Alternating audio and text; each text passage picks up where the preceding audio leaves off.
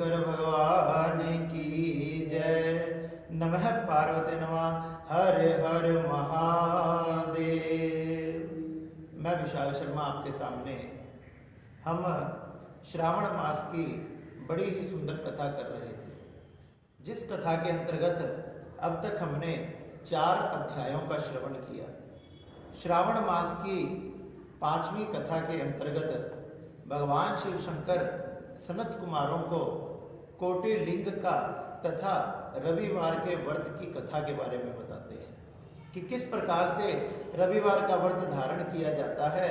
तो भगवान शिव शंकर सनत कुमारों से कहने लगे कि हे सनत कुमार, कोटि लिंग का मातम तथा उनका पुण्य कोई ब्रह्मा आदि देवता भी नहीं कह सकते, क्योंकि एक लिंग की इतनी महिमा है तो कोटि लिंग की महिमा तो आपको मैं क्या बताऊं, क्योंकि कोटि का अर्थात करोड़ों होता है।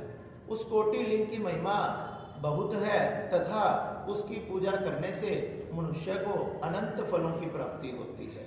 भगवान शंकर कहने लगे, हे सनत कुमारों, यदि कोटि लिंग बनाने की सामर्थ्य ना हो तो इस महीने में एक लिंग की भी आप पूजा कर लो तो आपको संपूर्ण फलों की प्राप्ति होती है। कहने लगे, अगर श्रावण मास में कोई भी व्यक्ति मेरे शिवलिंग की पूजा करता है, पूरे श्रावण मास में उसमें जल चढ़ाता है, गंध पुष्प आदि चढ़ाता है, तो वह हमेशा हमेशा के लिए मेरे पास आकर निवास करता है। भगवान शंकर कहने लगे, जो इस प्रकार से पूजा करता है, ओम नमः शिवाय का जाप करता है, वह हमेशा हमेशा के लिए मेरे पास आकर निवास करता है। इस प्रकार से कहने लगे, ग्रहण तथा सूर्य ग्रहण में जिस प्रकार से दान करने से जो फल प्राप्त होता है, वही फल इस मास में एक बार दान करने से मिल जाता है। सूर्य ग्रहण तथा चंद्र ग्रहण में जो फल लक्ष्य पूजा करके, लक्ष्य जाप करके प्राप्त होता है, वही फल इस मास में केवल एक बार मेरे नाम का उच्चारण करने से मिल जाता है। इस प्रकार से भगवान शंकर सनत कुमारों को कहने लगे कि जो इस प्रकार से मेरे लिंग की पूजा करता है, शिवलिंग की पूजा करता है, उसकी कभी भी अकाल मृत्यु नहीं होती। उसकी अकाल मृत्यु को मैं हर लेता हूँ तथा वो इस संसार सागर में अपनी पूरी आयु तथा पूर्ण आयु जीकर जाता है। भगवान शंकर कहने लगे, हे सनत कुमारों, जो मेरा पंचामृत से अभिषेक करता है वो सदा सदा के लिए कैलाश में आकर वास करता है, क्योंकि पंचामृत मुझे अति प्रिय है। जो पंचामृत का भोग लगाकर खुद पान करता है, उसकी वाणी बड़ी मधुर हो जाती है, उसका कंठ बड़ा सुरीला हो जाता है तथा वो मेरा प्रिय होता है। जो इस महीने में पत्तल पर भोजन करता है, उसको सोने की थाली में भोजन करने का फल प्राप्त होता है, क्योंकि सोने चांदी आदि धातुओं की थाली में भोजन करने से हमें पुण्य की प्राप्ति होती है। तो भगवान शंकर कह रहे हैं कि इस मास में अगर आप पत्तल पर भी भोजन कर लेते हो तो उसको सोने की थाली में भोजन करने का फल प्राप्त होता है। जो इस मास में नीचे जमीन पर शयन करता है, उसे भी कैलाश में शयन करने का फल प्राप्त होता है।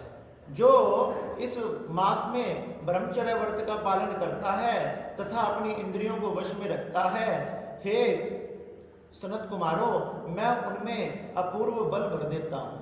वह बड़े बलशाली होते हैं तथा कामदेव के समान सुंदर होते हैं।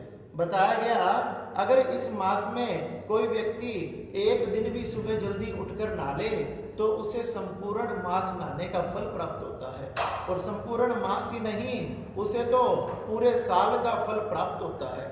ब्रह्म मुहूर्त में उठकर जो व्यक्ति सुबह स्नान कर लेता है, उस पर भगवान शंकर अति कृपा करते हैं, और जो पूरे मास ही ब्रह्म मुहूर्त में स्नान करता है, उसकी तो महिमा अनंत फलदायक है। इस प्रकार से भगवान शंकर कहने लगे, आपके घर के पास मंदिर हो तो उस मंदिर में जाकर, नहीं तो मिट्टी का ही पार्थिव शिवलिंग बनाकर उसकी पूजा करें।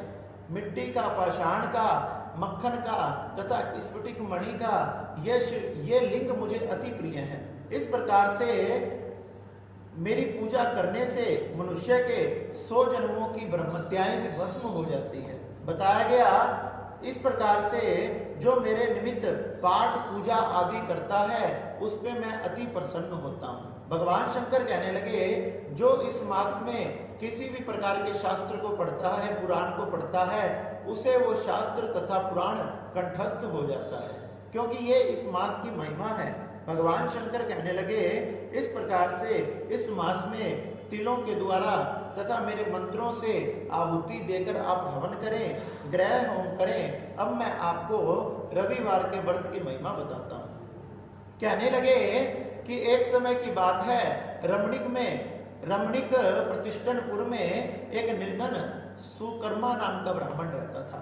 वह ब्राह्मण भिक्षा के लिए पृथ्वी पर इधर उधर घूमता था। वह बड़ा ही दरिद्र था तथा एक समय उसने क्या देखा, उसकी आंखों के सामने कुछ गृहस्थ स्त्रियां कुछ पूजा कर रही थी।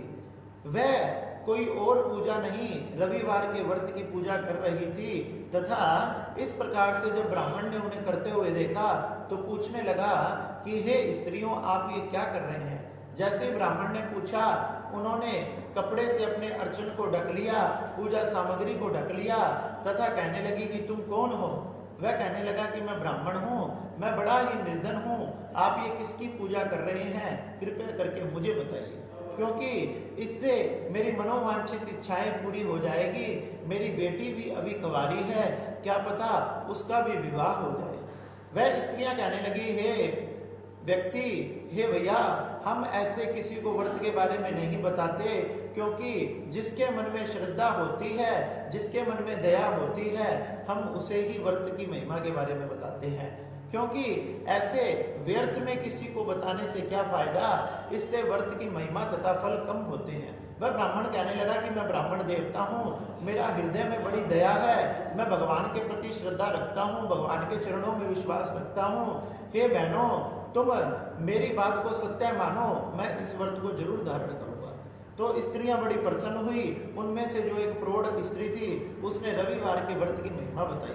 वह कहने लगी, श्रावण मास के शुक्ल पक्ष के पहले रविवार को मौन होकर उठें, शीतल जल से स्नान करें तथा नित्य कर्म करके एक पान के पत्ते पे भगवान सूर्य की आकृति बनाएं, उसकी पूजा करें तथा मंडल में जो सूर्य की पत्नी है संज्ञा नाम वाली, उनकी स्त्री को साथ में चिन्हित करें। बताया गया इस प्रकार से सूर्य के 12 मंडलों में अलग अलग चंदनों से युक्त पुष्प आदि उनको अर्पित करें, सूर्य भगवान को अर्घ समर्पित करें, पुष्प आदि से उनका पूजन करें तथा नारियल के बीज और खांड शक्करा से युक्त सूर्य के मंत्रों से सूर्य को वह सब निवेदित करें।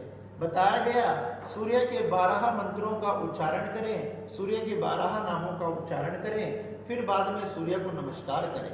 इस प्रकार से 12 बार ही उनकी प्रदक्षिणा करें। बताया गया 6 सूतों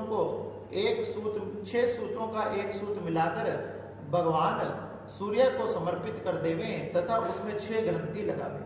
उस सूत्र को सूर्य नारायण को अर्पण करके अपने कंठ में बांध ले।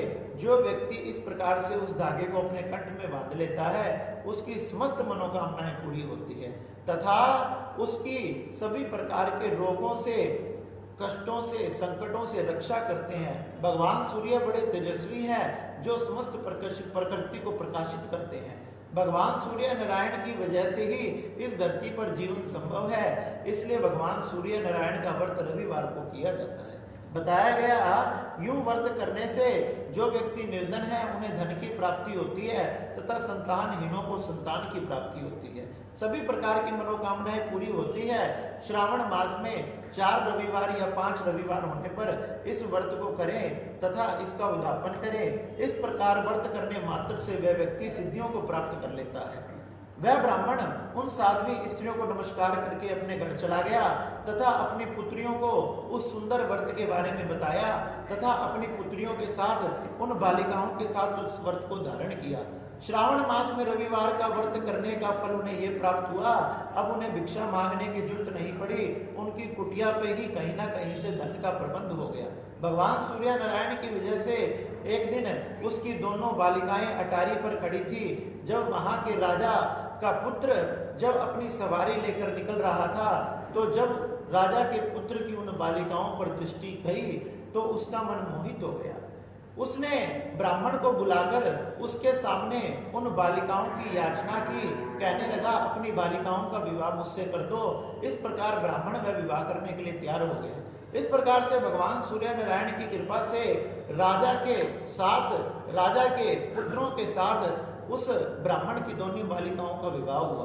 ब्राह्मण इस बात से बड़ा प्रसन्न हुआ तथा इस प्रकार से वो दोनों कन्याएं भी राजा के महलों में रानी बनकर रहने लगी तथा रविवार के व्रत को करने लगी। इस प्रकार से श्रावण मास का ये रविवार का सूर्य नारायण भगवान का व्रत बड़ा चमत्कारी है। इसको करने से सभी इच्छाएं पूरी होती है। बोलिए सूर्य नारायण भगवान की जय। इसलिए आप भी सनत कुमारों श्रावण मास में इस रविवार के व्रत को धारण करो।